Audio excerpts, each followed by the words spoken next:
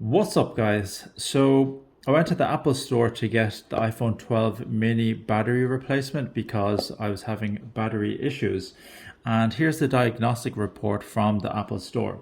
So the battery health was at 77%. They ran a diagnostics check. MRI passed. Battery exceeded lifespan. Face ID test passed. Opening device to inspect VMI passed. Replacing battery with consignment stock. New battery has been installed. Device is now stuck in a boot loop and won't power on correctly. Attempting to restore device, issue not resolved. New unit is needed. Closing current repair and ordering a whole unit replacement under battery cost. So what happened was when they were checking the original battery of the phone, it exploded, which was a shock. And then they tried to replace it and there was another explosion.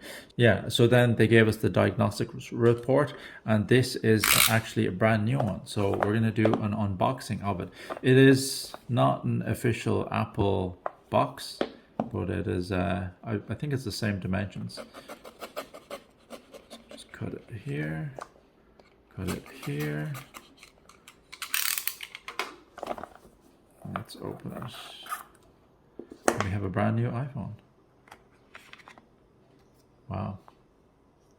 So the iPhone 12 mini is out of production, but we got a new one. I don't know how that works if they're out of production, but yeah, here it is.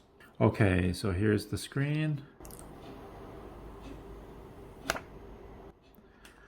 I won't power it on because I need to transfer my old stuff onto it, but yeah, it looks exactly the same.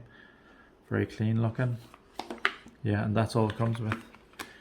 So there we have it. Very unusual experience. If you had an exploding battery experience with iPhone, please put it in the comment section down below. I like to hear your stories. If you have any questions, leave it in the comment section down below. Please like, share, subscribe, and join us on Discord. Thanks for watching. I'll see you in the next one. Bye bye.